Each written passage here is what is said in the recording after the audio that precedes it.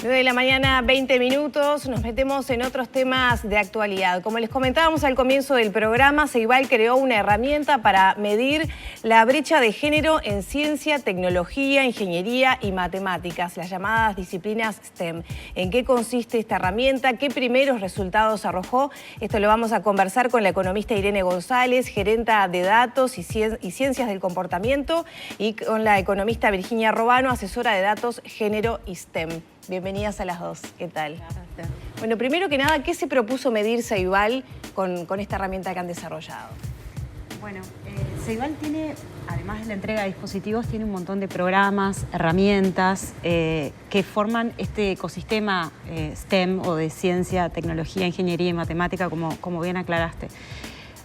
Si bien el tema de género ha estado presente desde el inicio de Ceibal, siempre nos preocupó que en estas áreas hubiese participación equitativa entre niñas y varones.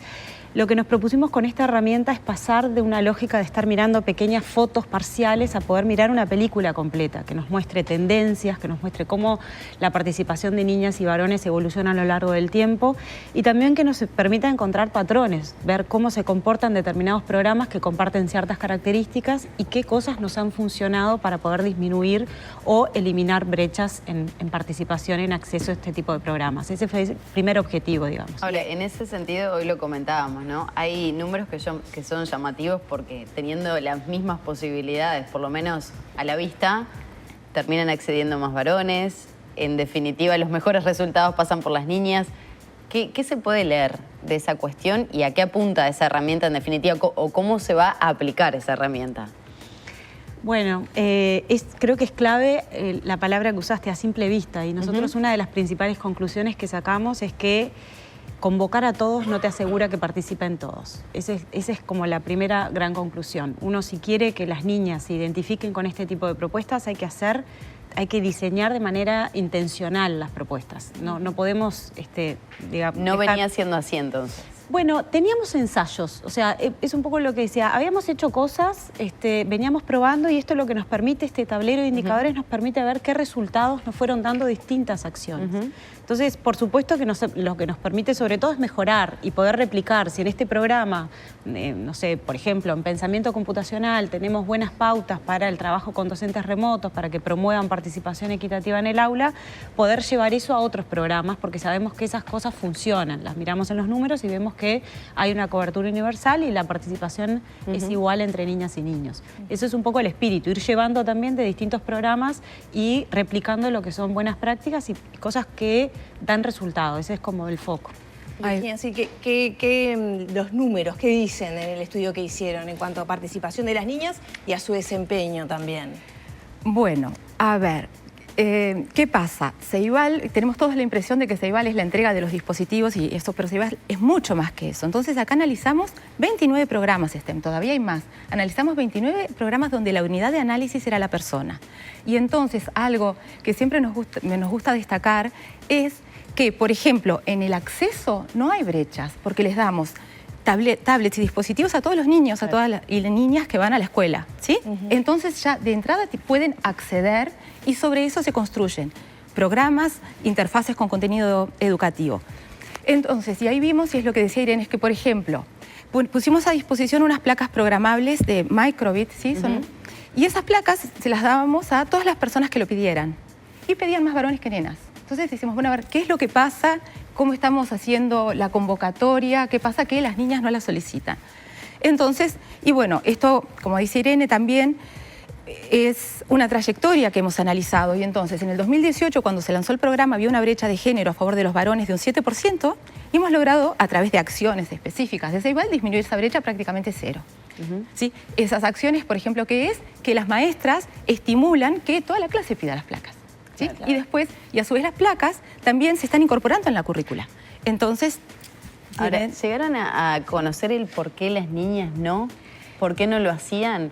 ¿No había interés? ¿Faltaba la estimulación de la maestra en el aula? ¿Los programas que tenían que utilizar con esas placas no eran atractivos para ellas? Hay muchas cosas. Hay decisiones individuales y hay decisiones sociales.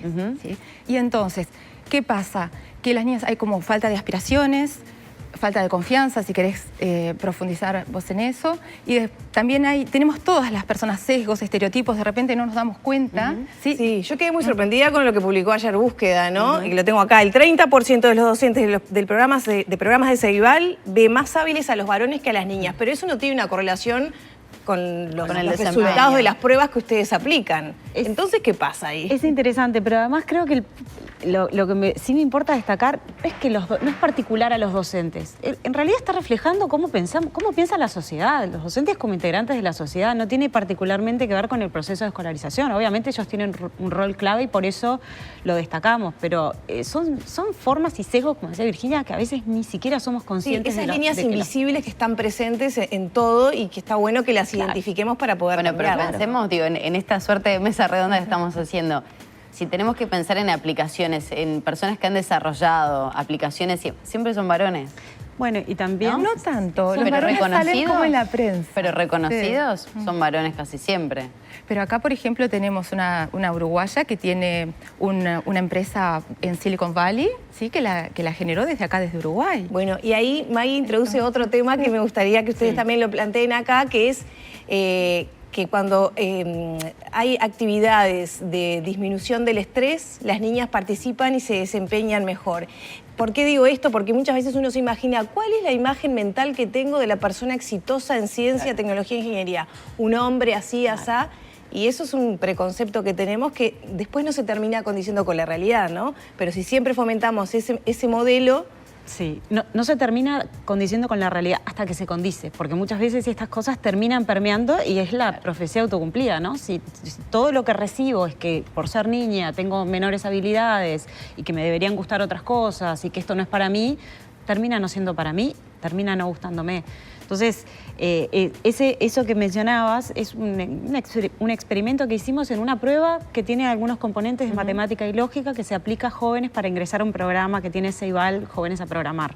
Entonces queríamos ver, como sabemos que la prueba no es neutra, genera cosas en las personas, queríamos ver qué pasaba si a una versión de la prueba le hacíamos pequeños ajustes, que era incluir un ejercicio de relajación y un párrafo donde explicábamos que el estrés no es necesariamente malo, que canalizado positivamente nos deja alertas. Bueno, lo que vimos, aleatorizamos quiénes tomaban cada una de las pruebas y lo que vimos es que en la prueba donde tenía ese ejercicio de relajación, las mujeres jóvenes que la tomaban rendían mucho mejor, les iba mucho mejor, tenían mayores puntajes.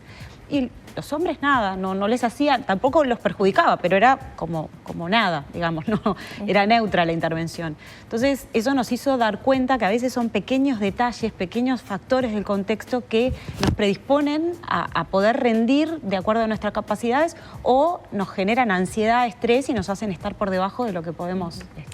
Ceibal mide, ¿no? Y eso es interesante porque se pueden tomar decisiones en base a evidencia. ¿Cuáles son los objetivos entonces de esta nueva herramienta? Visualizar este problema que ya se está pudiendo definir. ¿Para qué? ¿Para lograr qué? No sé quién me contesta acá. Si querés empiezo yo con la herramienta. ¿Qué es lo que busca? Que las personas que toman decisiones puedan visualizar claramente dónde está el problema. Entonces, porque medimos brechas. La brecha es la diferencia entre varones y niñas como proporción del total, ¿sí? Entonces ahí contamos, por ejemplo, cuántas placas le damos a varones y a nenas y vemos, porque el objetivo que es que no haya brechas, que todas las personas tengan las mismas oportunidades. Después que las niñas elijan lo que quieran, pero que no haya barreras, que no le digan, no, vos esto no podés, esto no es para vos, acá no, ¿sí? Porque hay una realidad, que ayer lo comentábamos, que hace 30 años a ciencias de la computación, a ingeniería en computación, en la UDELAR, entraban igual cantidad de varones y de mujeres. 1 de cada 2 personas era una mujer y hoy es 1 de cada 4. Entonces esto fue al principio lo que nos interpeló. Decimos, ¿qué pasa? ¿Qué estamos haciendo desde Ceibal?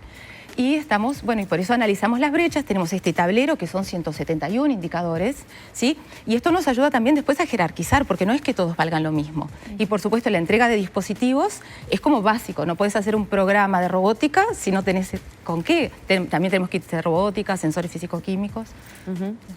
Sí. O sea, la igualdad de oportunidades no quiere decir solo que todos accedan, sino que haya políticas diferenciadas para que efectivamente puedan ejercer la igualdad todos y todas, ¿no? Exacto, es esas dimensiones que contaba Virginia. También, por ejemplo, nos ha pasado en el programa que tenemos de Olimpiadas de programación y robótica, que fuimos iterando distintas propuestas para lograr esa participación equitativa, pero a veces hay que rascar un poquito más y no quedarse en la superficie, porque promovíamos equipos mixtos, por ejemplo, pero después cuando veíamos cómo se conformaban los roles adentro de ese equipo, veíamos que los varones en general estaban como más abocados a la programación de los robots y las niñas más a la difusión, ¿no? Trabajo con la comunidad.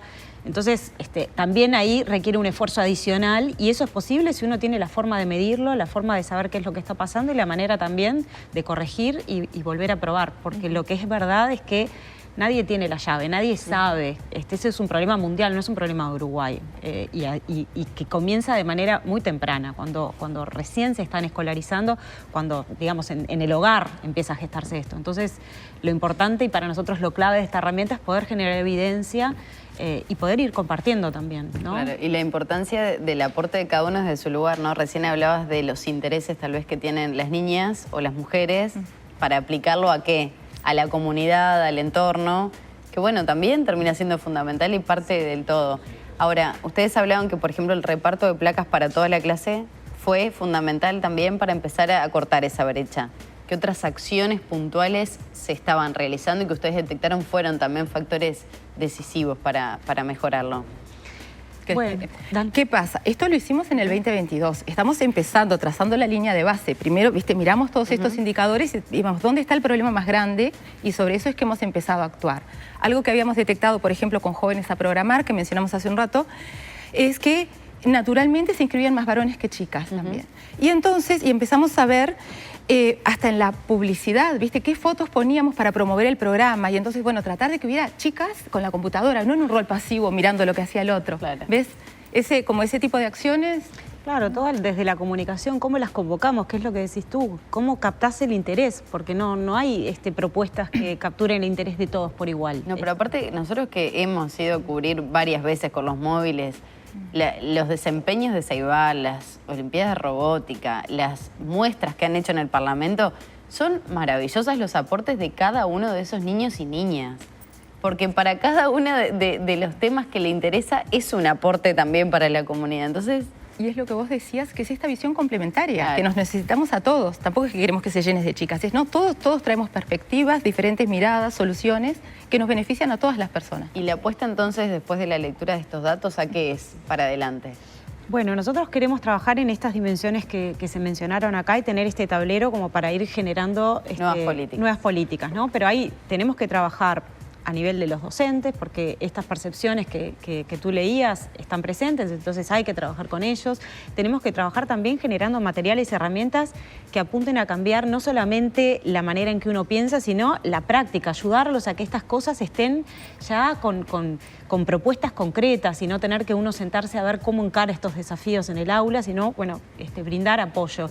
Y también hay una responsabilidad que eso también excede un poco, digo, la política de Ceibal, pero que es algo que creo que todos tenemos, que es trabajar esto desde el hogar. O sea, ¿qué es lo que estamos transmitiendo a las niñas y a los niños? Precisamos un poco de herramientas, ¿no? Exacto. Porque creo que ahí tenemos como un punto ciego en estas actividades, me parece. Sí. Bueno, y empezamos por medir, ¿sí? Y entonces después de ahí ver lo que está bien y replicarlo, ver lo que está mal y corregirlo. Algo que nos pasa, y por ejemplo, es que notamos también que en la docencia remota cuando participaban más varones que niñas, porque ¿viste? Preguntaban algo, las nenas levantan la mano, el varón contesta siempre sin, ¿viste? Y a la tercera vez, ¿viste? Ya ni levantan la mano. Entonces, existían. Bueno, que el cuerpo docente también sea consciente de eso y promueva una participación equitativa.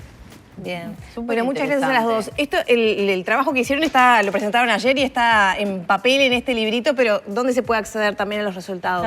Está digital, está en la biblioteca Ceibal y además está en la página web, en la portada de la página de Ceibal. Muchas gracias a las dos. Bueno, muchas gracias. Cerramos por aquí la entrevista, ya son las 9 de la mañana, 34 minutos.